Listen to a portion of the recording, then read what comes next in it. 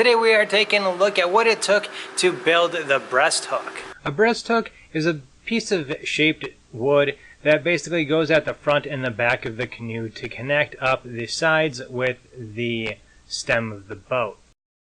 I wanted mine a little fancier, so I went ahead and cut my pine in half and added a 1-inch piece of oak in the center of it. I glued them up. I did 2 of those, one for the back, one for the front.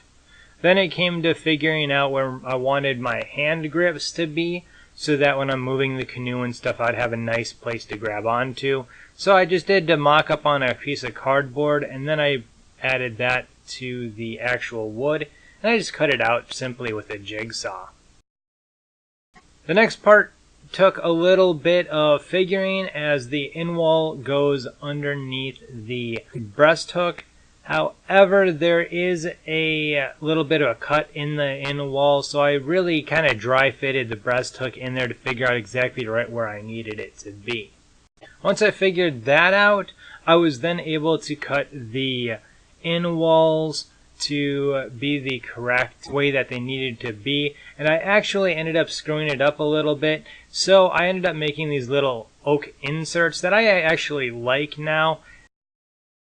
Then it was time for me to put the oak spacers in between the inwall and gunwales, and that went fairly easily. It was a little messy just because of having to glue up all these blocks inside of the inwall and gunwall.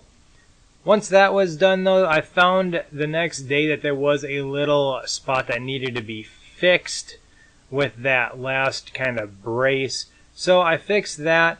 And then it was time for me to start sanding on the inwalls and gunwalls and the spacers, just to make sure that everything lined up really nicely and would be comfortable when you're picking the canoe up and stuff.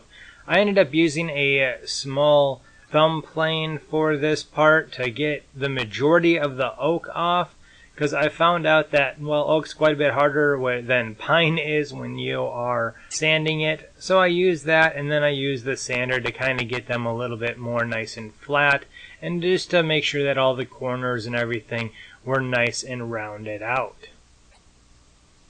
Once that was done, I decided that I also should probably clean up the inside of the spacers as well, just in case my fingers got in there when I was fishing or canoeing or whatever.